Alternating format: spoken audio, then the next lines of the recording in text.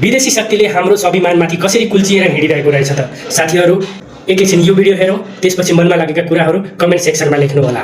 साथै तपाईलाई यो सामग्रीहरू मनपर्छ भने यो मेरो प्रोफाइललाई फलो गरेर जानुहोला।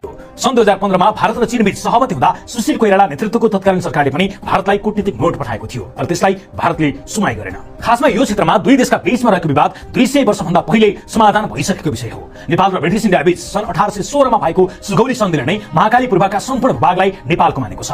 सुगौली सन्धि र अन्य तथ्य र प्रमाणको आधारमा नेपालले महाकाली पूर्वका कालापानी, लिपुलेक, इम्पियातुरा लगायतका भूभाग आफ्नो मान्दै आएको छ। तर भारत चीन युद्धपछि सन् 1962 तिर भारतीय सेना कालापानी क्षेत्रमा आएर बस्यो। त्यसबेला नेपालमा राजा महेन्द्रको शासन थियो र त्यसबेला नेपालले औपचारिक रूपमा भारतीय अतिक्रमणको विरोध गरेन।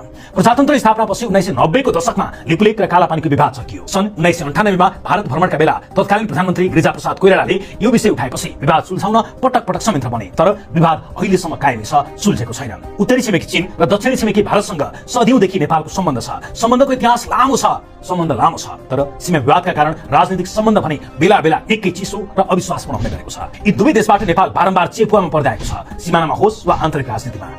भारतसँग नेपालको 71 स्थानमा सीमा विवाद छ। नेपालको पूर्व, पश्चिम र दक्षिणमा भारत छ। भारतसँग जहाँ जहाँ सीमा विवाद छ त्यहाँ भारतले नेपाली सीमा मिचेको छ।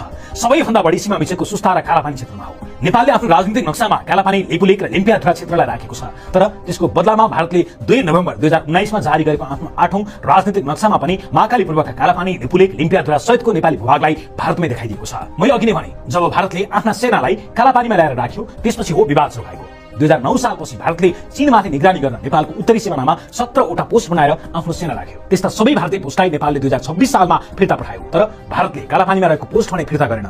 इतिहासका जानकारहरूका अनुसार त्यतिबेला भारतीय प्रधानमन्त्री जवाहरलाल नेहरू